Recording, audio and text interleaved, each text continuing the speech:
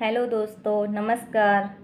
तो आप भी बहुत सारी किताबें पढ़ते हैं और आपको याद नहीं रहती या आपको किताब पढ़ने के तरीके नहीं पता। तो दोस्तों, मेरा नाम है पूनम स्वामी और मैं आपको बताने वाली हूँ कि किताबें कैसे पढ़ी जाती है। लेकिन सवाल ये है कि आप किताब पढ़ना क्यों चाहते हैं। अगर आप किताब इसलिए पढ़ना चाहते हैं क्योंकि आपका शौक़ है तो अलग तरीके से पढ़ना है। अगर किताब इसलिए पढ़ना है ताकि आपको याद करना है तो फिर अलग तरीके से पढ़ना पड़ेगा। अगर आप किताब इसलिए पढ़ते हैं कि उसको आपको रिसर्च में प्रयोग करना है तो अलग तरीके से पढ़ना है। ये वैसे ही है जैसे आपको टेस्ट खेलना है, टी20 खेलना है, बल्लेबाज खेलना है, मतलब सेम हो सकता है लेकिन तरीके थोड़े अलग होंगे। तो दोस्तों, आज हम बात करेंगे किताबों को पढ़ने के बारे में। किताबें बहुत खूबसूरत होती है, किताबें बातें भी करती है और अगर आप किताबों के साथ दोस्ती कर लेते हैं ना तो लाइफ में आप बहुत आगे जाते हैं, क्योंकि किताबें वक्त के साथ बदलती नहीं हैं। उनमें जो मैसेज होते हैं ना वैसे ही रहते हैं। बाकी बात करते हैं किताबों को पढ़ने के बेस्ट तरीके के बारे में। पहला सवाल है कि आप किताब क्यों पढ़ना चाहते हो। सबकी अलग अलग वजह हो सकती है। आज हम जो फोकस करेंगे, जो शौक़ वाली किताबों का नहीं करेंगे, उसके लिए अलग से वीडियो बनाएंगे। आज ये है कि आप किताब इसलिए पढ़ना चाहते हैं ताकि किसी एग्ज़ाम में आपकी हेल्प हो पाए, या कोई किताब आप इसलिए पढ़ना चाहते हैं ताकि उस किताब से बहुत सारी चीज़ें आप निकाल पाएँ, उसको याद कर पाएँ, उसको एग्ज़ाम में यूज़ कर पाएँ। ख़ास तौर पर नेट, यूपीएससी, एसएससी इस तरह के एग्ज़ाम के बारे में सबसे पहली बात है किताब से लेकर कि जो भी मटेरियल आप पढ़ना चाहते हैं। मान लीजिए कि आप इंडियन पॉलिटी पढ़ना चाहते हैं या हिस्ट्री पढ़ना चाहते हैं, उसमें बेस्ट मटेरियल सेलेक्ट करने की कोशिश करो और आज जिस वक्त में है उस वक्त में कोशिश करो कि वो मटेरियल स्टैंडर्ड मटेरियल हो। ज़्यादातर बच्चे क्या करते हैं, टेलीग्राम बाकी जगह पे जो सस्ता मटेरियल मिल रहा होता है उससे लेने की कोशिश करते हैं। गोल सस्ता मटेरियल ख़रीदना नहीं है, गोल उस एग्ज़ाम को क्रैक करना है। तो जो भी हो स्टैंडर्ड मटेरियल है, कोशिश करो अच्छी किताब पढ़ो कि वो फ्रेमवर्क आपका बनाएगी। तो पहला है कि आपको अच्छी किताब सेलेक्ट करनी है जो काम की है, जो आपको ऐसी जगह से जो आपको पूरा मटेरियल दे दे जो आपको चाहिए, जिसमें ब्रॉड आउटलाइन है, आपको उठाना है, आपको पढ़ने की कोशिश करनी है। अब बात आती है, जब भी हम किताब पढ़ने की कोशिश करते हैं उसमें क्या होता है, किताब पढ़ने में क्या होता है, स्टेजेस होती है। किताब पढ़ते हैं तो स्टेजेस के द्वारा पढ़ी जाती है। फर्स्ट रीडिंग में क्या होता है, आपको एक पेंसिल लेना है और जिससे आप मार्क करना चाहते हैं उसके साथ पढ़ना है। आपको आइडिया लगे कि इस थीम के अंदर क्या है, जो भी हेडिंग्स है हेडिंग्स पर ध्यान देना है। हेडिंग्स इसीलिए होती है ताकि आपको चीज़ में एंटर करने से पहले आपको पता लगे कि क्या पढ़ना है। इतिहास की किताब उठा ली, उसमें जो मॉडर्न हिस्ट्री की किताब होगी तो उसमें अंग्रेज़ों का आगमन हो गया, ब्रिटिश ईस्ट इंडिया कंपनी की स्थापना हो गई, इस बारे में कहानियाँ होगी।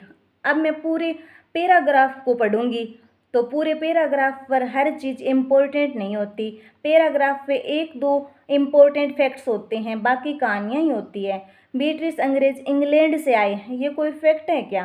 ब्रिटिश ईस्ट इंडिया कंपनी किस टाइम पे बनी, ये फैक्ट है। तो पहले रीडिंग में आपको आइडिया लगना चाहिए, तो आप कीप पॉइंट है जो टिक करते करते आप पढ़ने की कोशिश कीजिए। एवरेज अगर अच्छी है तो आप 1 घंटे में 10 पेज या 15 पेज पढ़ पा रहे हैं तो आप अच्छा पढ़ने वाले हैं। आपने पहली रीडिंग कर ली, फिर आप क्या करेंगे, फिर आप आते हैं सेकंड रीडिंग पे। सेकंड रीडिंग क्या होती है, मान लीजिए मैंने ईस्ट इंडिया कंपनी के बारे में पढ़ लिया। अब मुझे पता लग गया कि इंग्लैंड की एक कंपनी है जो 1600 शताब्दी में बनी, जिसका गोल ये है कि सारी चीज़ें, लेकिन मुझे बहुत सारे डिटेल नहीं पता, किसने शेयर है, किसके शेयर है, कैसे कंट्रोल करनी है, लेकिन मुझे एक ओवरव्यू मिल गया। तो सेकेंड रीडिंग में आप और डीप जाने की कोशिश करते हैं, फिर से पेंसिल उठानी है, फिर से आपने जो पढ़ लिया कुछ चीज़ें दिमाग में आ गई होगी, बॉर्डर लाइन बन गई होगी, अब दोबारा और थोड़ा डीप जाना है। दोबारा जब आप जाएंगे तो कुछ और फैक्ट्स आपको मिलेंगे, वो भी फैक्ट्स आपको समझ में लाने हैं, और वो जो आपका हो जाए तो आपकी सेकेंड रीडिंग कंप्लीट हो जाएगी।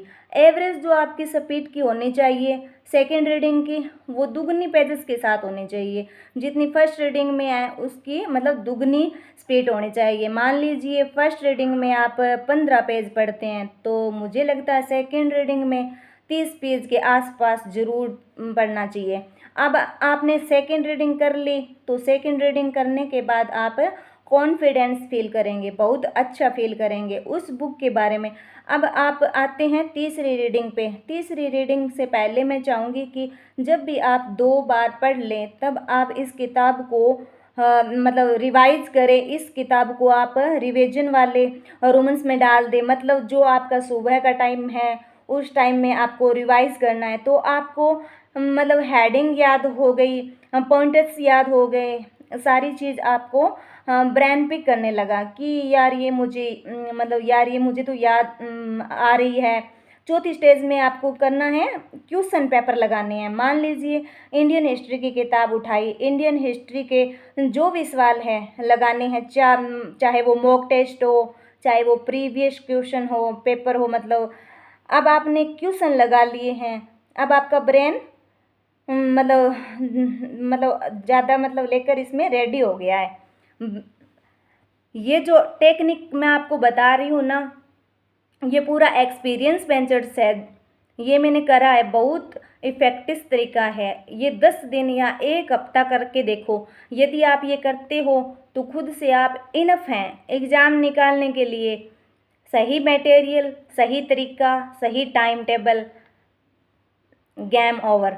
रिवीजन को एक रिपीटेड टाइम पे आपको रिवाइज करनी है। अब कुछ और बातें बताती हूँ कि एक किताब को कितनी बार पढ़ना है। ज़्यादातर बच्चे क्या करते हैं कि एक किताब को सुबह से लेकर शाम तक पढ़ते ही रहते हैं। सुबह से लेकर रात तक आपको केवल फ्रूटी दे दूँ तो आपको कैसे लगेगा। आपको रोटी भी चाहिए, दाल भी चाहिए, संपूर्ण आहार चाहिए। जो संपूर्ण आहार क्या है, आपको पॉलिटी भी चाहिए, हिस्ट्री भी चाहिए, सारे सब्जेक्ट ब्रेन को चाहिए। उसको भी केवल एक तरह की इन्फॉर्मेशन नहीं चाहिए होती है। ब्रेन थोड़ा रंगीन है तो उसे अलग अलग कलर की चीज़ें चाहिए होती है।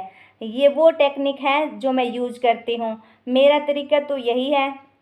मैं देखना चाहती हूँ कि आपका तरीका कौन सा है, कमेंट करके ज़रूर बताएं। और एक बात तो मैं बताना भूल ही गई, अगर शायद आपने सब्सक्राइब नहीं करा है तो अगला जो वीडियो आएगा आप मिस कर सकते हैं। मैं नहीं चाहती कि आप जो वीडियो मिस करें, जो मेरा नेक्स्ट वीडियो आएगा वो मिस करें। इस वीडियो में इतना ही। लगातार हम कोशिश करेंगे कि ऐसे ही वीडियो लेकर आते रहें। तब तक के लिए धन्यवाद।